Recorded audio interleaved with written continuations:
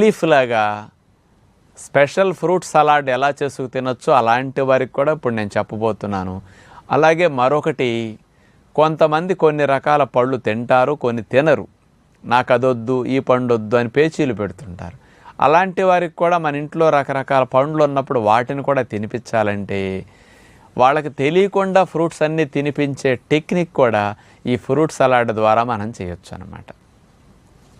అంచేత ఇది వారంలో 2-3 సార్లు అయినా బోర్ కొట్టకుండా ఆల్టర్నేటివ్ డేస్లో ఈరోజు ఫ్రూట్స్ తింటాం, రేపు ఫ్రూట్ సలాడ్, మళ్ళీ ఇంకో రోజు fruits, next day fruit salad, అట్లా అప్పుడప్పుడు కూడా మీరు చేసుకుంటూ ఉంటే మంచిదన్నమాట.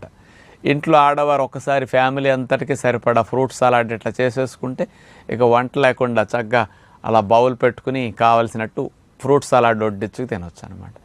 మామూలుగా మీరు బయట ఫ్రూట్ సలాడ్లు ఏమైనా చేసినప్పుడు అందులో పాలు పోస్తూ ఉంటారు. మనం మాత్రం ఇక్కడ ఫ్రూట్ సలాడ్లో పాలు పోయకూడదు.